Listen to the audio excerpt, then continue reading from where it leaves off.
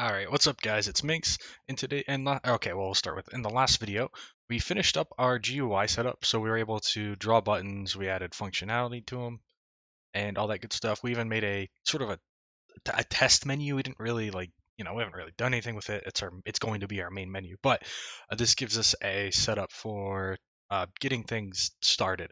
So in this video, and this one's gonna be a little different. I haven't pre-coded anything like I may have like I used to or have in the past. So what that means is I'm gonna be creating this menu. Because we're gonna design our main menu, and then probably we're gonna design our menus together. I'm gonna do it in real time and kind of go through the process. So this video hopefully won't be too long because of what we're doing, but it may be longer than if I had pre-coded this and had already thought everything out. So keep that in mind. It'll be a little different in that regard.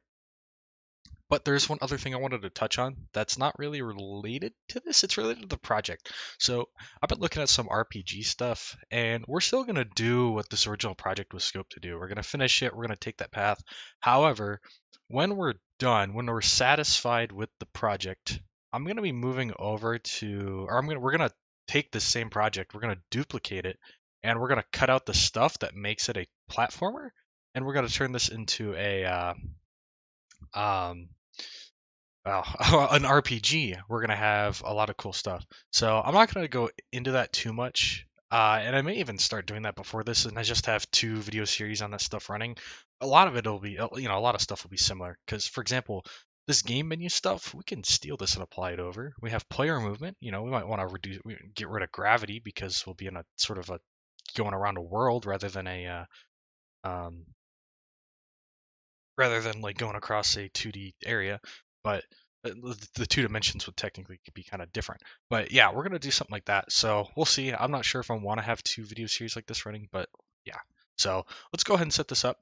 We got our quit button, and we're gonna do two buttons. We're gonna quit, and we're gonna do play. I want to put these, play. And 100 by 100 is stupid. So this is the position. So um, there's an easy way to get. So right now we're doing just hard coded numbers. Let's not do that. So we're gonna leave both of these as quit button for now, but we're gonna do some math here. So to determine a good place to put the button, we want to say. So this is the x. So we want to say this dot game. Okay, game's not accessible this way. We'll just say game.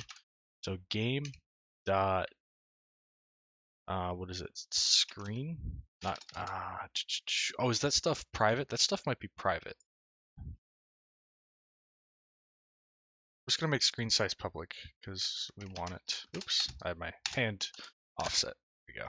Take screen size. So what I want to do is say game.screensize dot or dot width. Oh, dot x because it's a vector. Excuse me. That's a horrible thing. Divided by 2. So we want to put it in the middle of the screen. Minus. Now we don't have we don't have like access to this button's width right now. So when we set this button's width, we either need to, if we do a hard code, then we're going to want to do it based on the hard code. Otherwise, we're going to want to do it based off however we calculate the width, divided by 2. So we'll say, if we just come in here, we can put a comment in here, button width divided by 2. And we'll actually put this here and just say minus button width divided by 2. Just get rid of these spaces to make it a little easier to understand. There we go. So our location currently is going to be a little off center because it's going to put the, bring out the pane again, just as an example, real quick. We do, so we have a button. So this is screen size divided by 2. Button gets drawn here. Instead, we want button to get drawn here. So we take button width divided by 2 to get the middle. So I just like Control A delete. I guess that kind of works. Just get rid of everything. There we go. We'll leave that open for now. So take that, and then the height or the Y location, we can do game.screensize.y divided by 2. And verticality doesn't matter so much, because like, if it's a little higher, that's okay. So we'll do like, I'm going to subtract 100. And we're actually going to copy this over to the Y of the second button. Just add an extra parenthesis. There we go. And I'm going to do plus 100. So that should theoretically offset this. If we actually hit start, it should draw these properly. They're going to be 2 squares, so they're going to... What? I understand the play button, but not the quit button. Oh, it's over at 100 still. That's my bad. We're going to take this. I might make those just like X. Oh, no, I don't know. So there we go. Okay. So they're a little goofy. 100 might be a bit excessive. If I do like this. Oh, that's interesting. We'll have to see about that. Oh, if it changes, that's what. Okay, that makes sense. Well, we'll see. Okay. So that's an issue because if we resize window, we might need to tell all the things to like on resize, but we'll see. So we'll do like 50 instead of 100 because I think 100 is kind of excessive. And as for the width and height, so with 50, 100s might be fine. We're gonna do 50. We're gonna try 50, and I usually like as a just a rule of thumb to do half for the height. So let's try that. Those are kind of small. So we'll do like be 80-40. And of course, this is all personal preference. If you want to do it, put these how you want to, of course. Okay, so 40 is probably, so we're going to do 100, and I think 40 is good because I don't want the buttons to be too like tall. That's a good balance. Okay. So now let's go ahead and now that we have this calculated, so our width is 100. So I'm gonna say, since it ends up being a compile time constant, so it doesn't hurt it to do it this way. I don't think. Say 100 divided by 2 minus 100 divided by 2. And we want to make sure we do parentheses around the appropriate sections. I know I'm fairly certain it calculates it just fine, but just in case, it makes it a little nicer as well. And we'll actually just copy this over. Okay, start. And that should put them dead center for us. It's a little low. So what we'll do is we'll say minus 100. And we'll put this one basically dead center. Because I think 100 apart is perfectly fine. So yeah, play and quit. I mean, it's not the greatest thing. One thing we could do is the font is, we didn't customize the font or anything like that. So what we could actually do is go to the button. I know we kind of like finished it, and technically this is functional. I just want it to be a little better for later. So where do we set our color, our text color? So we set this font. So what we'll do is instead of saying a new font, we'll say text font. And we'll actually give the ability to pass a font through instead of like making a these 3 things like parameters. What we'll do is we'll say pass through a font. So say, where would font go? Font goes here. Font, text font. Say equals null is perfectly fine. And so we'll say if text font equals null, we gotta do 2 equals null. If it's equal to null, we're gonna set it equal to this thing that we've created by default. Oh man. We also have to do a solid brush for the color of the text. Oof, okay. Text font. Okay, so that's good for the text font. So then we can say this dot text font. text font. And then I want to, oh man, do I pass through a color? Yeah, we'll pass through a color. Say color, text color. So we'll put it right above text font. So color, text color.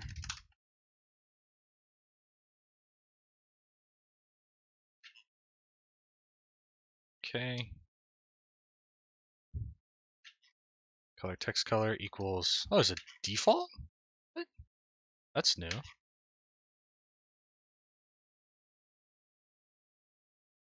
Oh, text color has a default, whatever that is. Let's see, C# default keyword. Okay. Default color. Uh,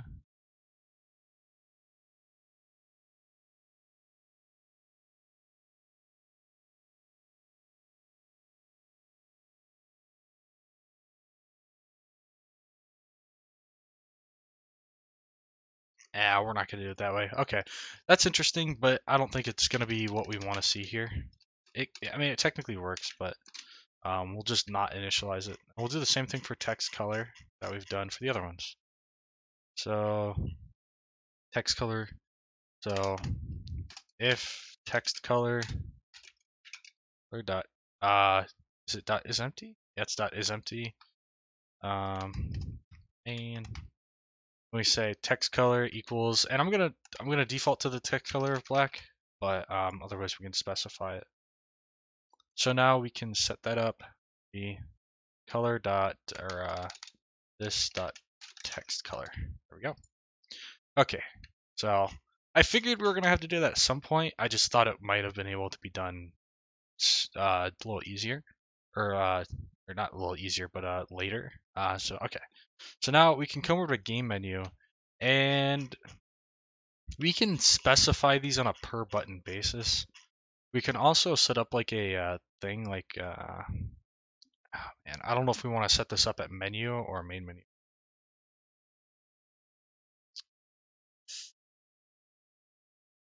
So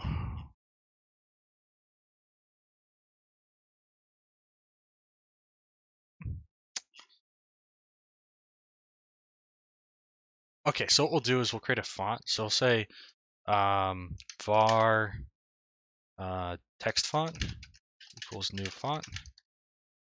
Oh, we don't have access to font here. Let's go ahead and right click and quick action and use system.drawing, get access to font. And we have to pass through the text. So overall, what we had was generally fine. I do think I want to change it though. So like bold is good. Arial's fine. I want to do like maybe we'll do 16 maybe? 16? Button text font. I want to specify that because this is going to say like, so we got text font, and that'll equal to button text font and text font, button text font. And then text color, we'll specify text color equals, I want to do color.white for these because it seems like black is kind of like, I don't know if it's like too dark. It's just hard to see from my eyes in this case. White. Sometimes it just depends on what the color of the button is. But for now, I think we'll use those settings. And let's go ahead and start it again. Let's see what it looks like. There we go. It's a little easier to see in my opinion. Maybe not with the Alice blue. It's like hover color. Probably too bright. So hover color was color dot light blue. Try that. I think that's fine. And we're gonna make this color dot light red. Oh, there's no, wow. Orange red maybe? And then I want the default, so my color, the color equals color dot red. because I want so I'm fine with the default color on the play button, but the quit button should be like a red. There we go. Uh, I mean, you could, it's changing color, that's for sure, but that's a very light change. That's still basically going all the way up to damn near. That is not a light blue, alright? I'm just gonna say that now. Let's try color.cyan maybe? Cyan's blue, right?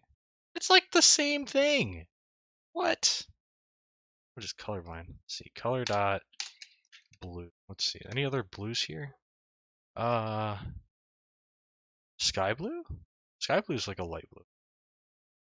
Should be good enough, I guess. Shit, man. Alright, so both of these exit the game. So now, clicked, we want a different action. So we're going to say, can I say this dot? Okay, yeah, I can. So let's make a new function here. We're going to give one for the play button. So public void play button. I'm fairly certain I want this to be public. Private may be valid because we set the action to this, so I feel uncomfortable making this private. But let's see. I'm gonna try making the quit button private and see what happens if I call that from this. Still works. We can make these private. That's fine. And quit button's eventually gonna change. I think I talked about that in the last video, but for now, let's go ahead and do this. So play. What is play gonna do? So I want to say. Okay, so we need a reference to game up as a variable. So private. Private game window. Game. Because we're not overriding it or anything. We're gonna say this dot game equals game because we don't really like quote unquote have full on access to it like the class that we're accessing does or basing this off of. So I'm gonna say game dot deregister menu this, and essentially what that's gonna do is because we're doing this in C sharp. C sharp is awesome about garbage collection and or well getting rid of memory things that we don't need. So when we deregister this is going to remove this menu from the list of menus that load. So theoretically, that should make it so that this menu just completely gets destroyed and then it frees up the memory automatically.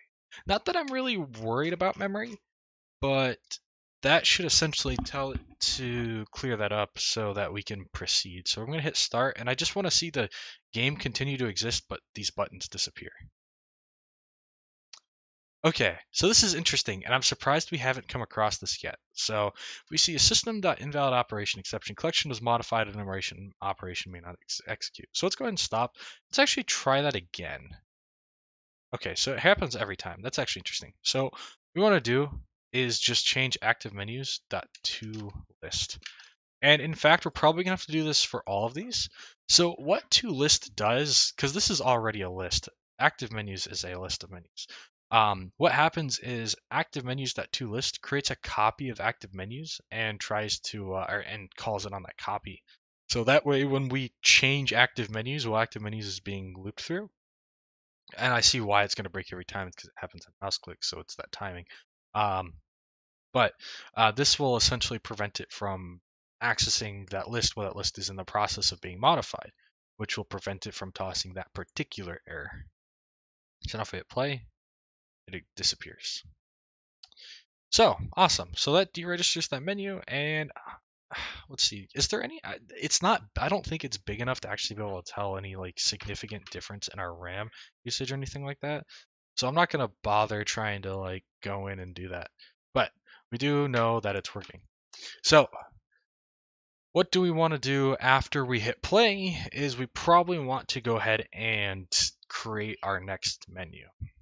So our play menu or our start menu is, or our main menu is done for now. We may add like a settings thing or something down the line, but for now, this is what we need.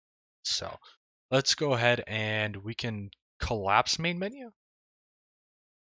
Or not collapse main menu, collapse the constructor. We want to collapse the class. And we'll say internal class, we'll say play menu, and it derives from menu. and we just want to right click here, show potential fixes, generate the constructor because it needs it. And okay, so it's pretty much going to be the same thing. Now, this is another one of those things where it's like we're going to make this menu and then down the line we're going to change the menu because our play, when we do like level creation and stuff like that and like loading levels that other people have made and stuff like from a server or something, obviously it's not going to work out where it's like, okay, we just have a play or we have a play button that loads into a static list of buttons.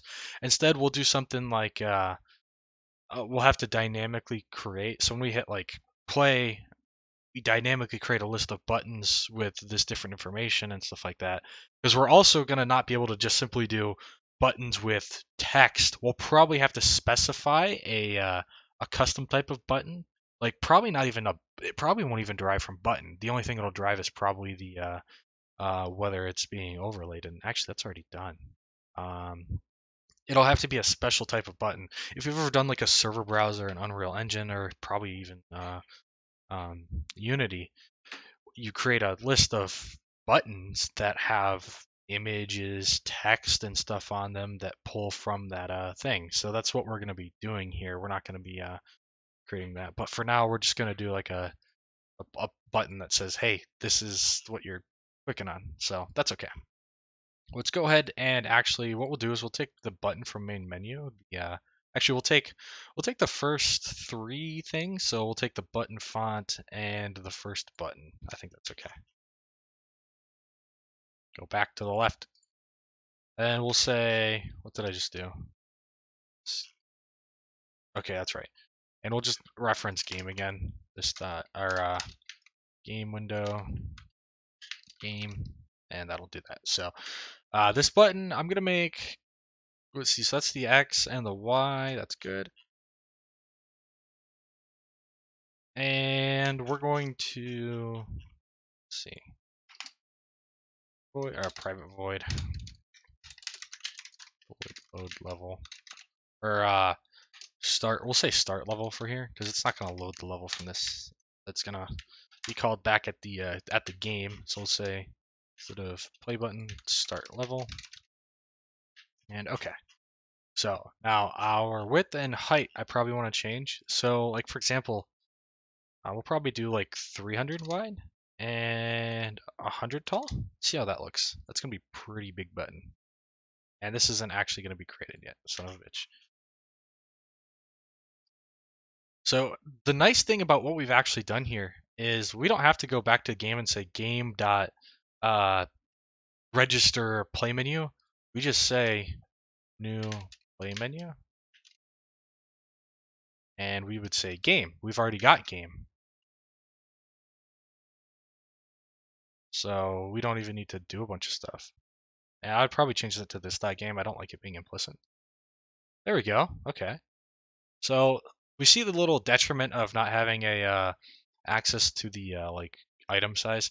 So one thing you could do for that is like define the class level, like up here in game window, say, all right, I want all my buttons to be this width. It's it's I don't know if there's a better way to do it. So what for now we're just gonna keep doing this because we're manually designing these. Once they're done, they're done. So our width is 300 now, so we'll do 300 divided by 2. Get it dead center. Play. And it's using the same stuff from the other one. Might change it to like green or something. Okay. So we'll do like text color white. We'll change color dot green. We have like a light green. We have a green yellow. We have a green and a light green. Okay. Do light green. I don't know. Light green. I don't know what the fuck. Light goldenrod yellow? What the fuck? Okay. I mean, the light green's not the prettiest, but this looks good. Okay, so next up is the text. We'll say start new level or something. If I'm gonna capitalize that, I gotta capitalize new, so start new level. I don't know. Let's see, and that should, yeah, it's gonna center it every time. The downside of this text is it doesn't like, so if you have like overflow, for example, start new level, let's say the button was, actually I can show you. do 100. It'll make it a little off center, but that's okay. Start new level. Did it seriously? We're gonna change it to 150. I wanted to show something that's annoying. It's actually 125 maybe?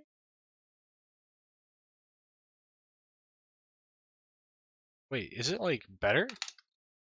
When I did this in testing, not this particular, but when I was originally testing this, I had issues, and it looks like those issues may have been fixed.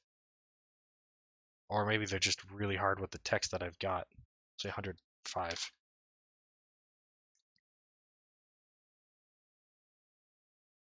I guess it's just better. I won't complain if it's gonna just work. Okay, well, I'm not gonna complain. So what would happen is, and we may come across this down the road, um, is instead of wrapping it at a word, it'll wrap it at halfway through a word or a one character into a word. That's just annoying, but we've got this set up, so this is good. Start new level. That's fine. So start new level is going to say this.game.load level, and for now, this.game.load level is going to, oh, well, we can't call load level. We're going to do like test load level. So public void with load test level. That's perfectly fine because we don't like, what I want to do is have everything happen in load level. So what it'll do is it'll grab the level object will be passed, or not level object, oh, maybe level object. Yeah, it'll be level object. Will be passed through from the button, not from this button in particular, but this button, whatever button, and so the button will probably hold it, and or I'm not sure if the button will be the one that holds it. The button maybe reference it, may get a reference to it from the menu, but the menu will probably be the one that holds them. And then what'll happen is it'll send it over, and then it goes to the game window. And game window is like, okay, load level. Here's the object, and just do it. And then the button will say kill itself or destroy itself. We'll load test level, and we can come back to where we created the test level. So if we go to the onload, if you kept this stuff in here, I left, like I said, I don't know if you remember, I left this in a comment for a reason, because I want this. So we're gonna grab temp level, new level, and all of this stuff. And actually, I even want the player, and I want the autocam. I pretty much want everything from temp from here. It's good. So we don't need this. Yeah, this is commented out double because it's unnecessary. There we go. This should actually, so right now this should work, but the button's probably going to still be on screen. Oh, nope, it's not going to work because we didn't call it. Back to game menu. Say game dot load test level. Start. I want it to load the level. That's the first thing I want to do. Oh, ha, the button's still there. That's awesome. It's kind of, oh, it's in reverse now. That's interesting, bug. When's if I, you get any errors? Oh, it's just not even checking. Oh, oh, it just reloads the level. Oh, there's two of us. That's so cool. I don't know how I feel about that. What happens if I do? Oh, the camera's only following me. Oh, okay. Well, that is a good indicator that we should be saying. And actually, what's even cooler is we can say game.deregister menu first, so that way we don't accidentally like do anything stupid. And because this menu still exists, it can still call load test level. So we can call that first. So we can hit start, play. Yeah, very cool. Okay, so I mean it's not pretty by any means, but it does what we need it to do. I feel like the tolerance here is a little too wide. So I'm gonna fix that real quick. Of course, you set it up how you want to, but I'm gonna fix mine. So one thing I know, or I went back and watched some of the old videos. I was like, all right, what am I doing here? This, oh, this is pulling the screen size from here. I'm gonna move this down to this. putting that first kind of bugged the heck out of me. It technically works, but I still have this set to that screen. Wait, 9. 9 should be a pretty tight tolerance. I should be pretty close to the center of the screen, no? There we go. Ah, weird. It's got me outside of the center of the screen now. Wait, is that how it started, or is that... We need to fix that.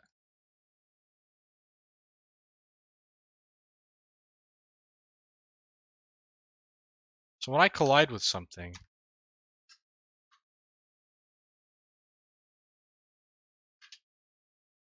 noticing an issue here.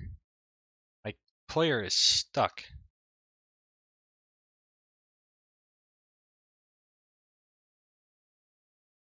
Um,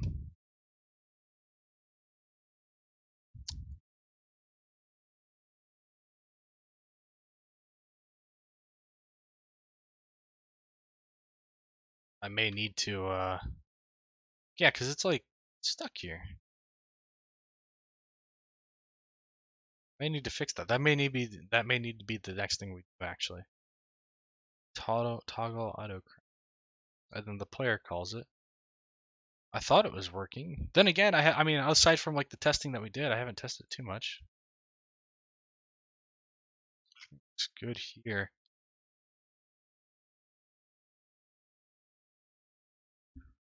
Okay, so, well, hold on. Does it seem to get stuck on the one side more than the other side? Let's see. Okay, I know why it gets stuck on this side. And you know what? Okay, we're gonna add this fix to it real quick because we haven't been going for too long, have we? Oh, we've been going for 30 minutes. All right, let's go ahead and fix that. Glad I looked at that. So back when we originally made the camera movement, we didn't do anything with scale. I talked about it, but then I didn't really do much with it. I didn't even talk about it like in this context. So if we're checking the right side, so if the player position dot x plus player dot scale dot x is greater than that, because what's happening is we were checking the left side of the player and the player would get stuck. Now we check the right side of the player. He may not get stuck as much. Oh, he still gets stuck. He gets stuck a little closer to the center, but he still gets stuck. Or something about getting collided with.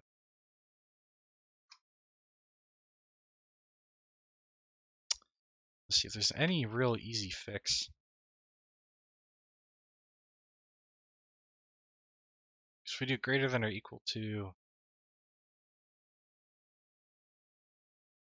Okay, just subtract 1 by that.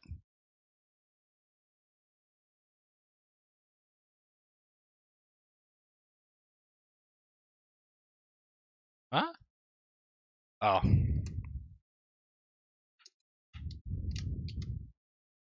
My bad.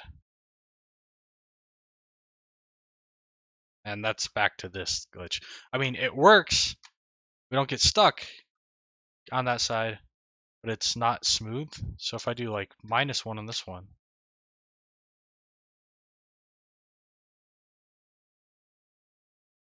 yeah, we don't get stuck.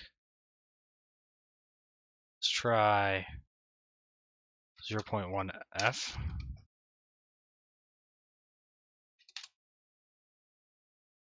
That should, it fixes it. I don't want it to be all stuttery though. Yeah, it's still glitchy. As you can see, the camera's doing that over time where it's trying to fix it. And yeah, if we do this, we still kind of get stuck to it, but then it fixes it after a few frames. Okay, I'm gonna have to go back to the drawing board with that. So we'll see about fixing that. So I'm gonna get rid of these for now. Get rid of this, and I am gonna get rid of this because the scale isn't helping. I thought it would help a bit more, but it doesn't. So in the next video, I'm gonna have a fix for this. I have to figure out what that fix is gonna be because this works smoothly, but we kind of get stuck. So we'll see. Anyway, thank you for watching and have a wonderful day.